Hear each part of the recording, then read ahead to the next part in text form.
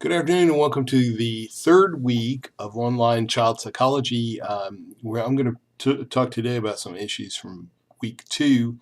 Um, Let me first of all say I'm really enjoying the class.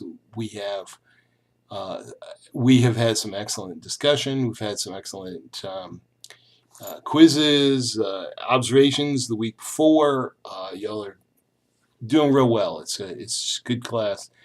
And I guess this is the thing is I like to give you things to think about. I like you to sometimes this will sometimes some of these issues are not easy to take. But that's the deal with child psychology. We have to deal with some things that are not necessarily all that wonderful.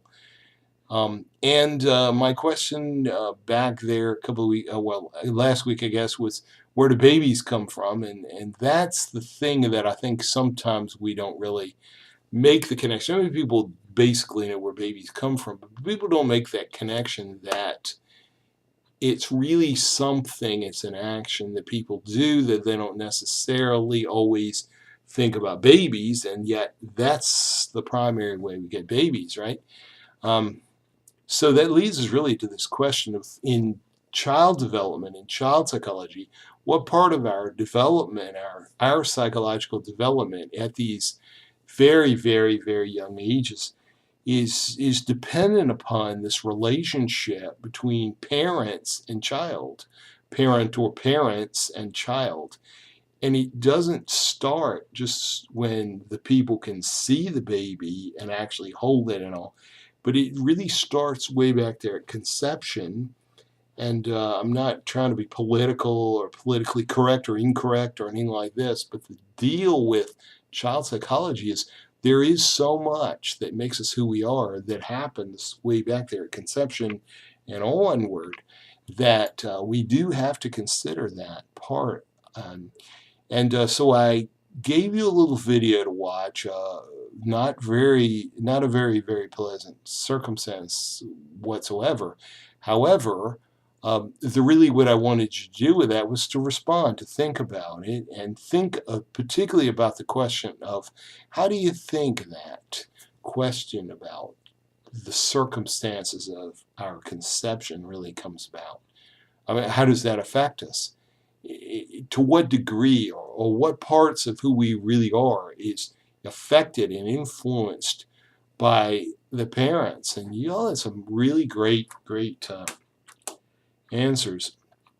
I liked what Sarah, your mention of unconditional love, and that reminds me of something that you know maybe there's a little bit of a disconnect because maybe whatever the circumstances, the people know there's a child, and so it's not the child's fault anything, with that, and so that might help.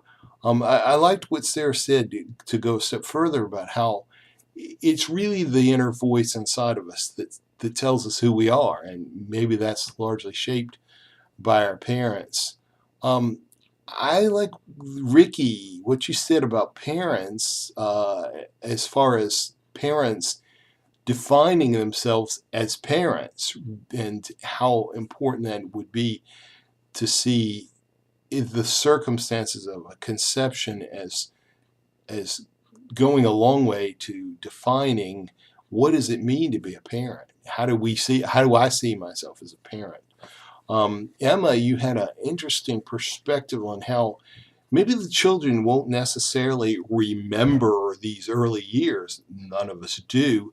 But not only that, not only might not remember, but we do remember. And Freud would say it's unconscious, on a subconscious, unconscious level, it does determine how do we interact with other people as far as love, affection, relationships, and stuff like that. Um, Hannah McMahon, a good job. Real nice things you said about preparation. How wouldn't that be important? Uh, Maybe that fits in with what Ricky was saying about how do parents feel as parents? How do we define ourselves? Wouldn't it be important to prepare, to understand, okay, this is what's going to happen? Well, the whole process gives us at least 9 months, 40 weeks in order to say, am I prepared? What is this going to require of me? How do I feel, how do I contribute to this new person?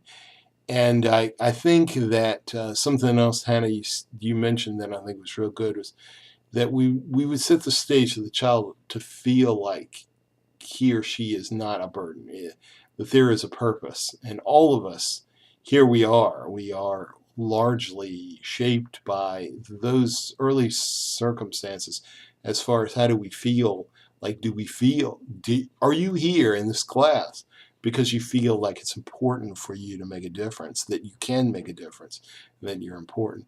Or do you just feel like you're a pile of chemicals that just happens to be waiting until one day those chemicals are going to go back into the earth? Well, there's a lot of ground in between, I guess. And so we'll continue to think about that.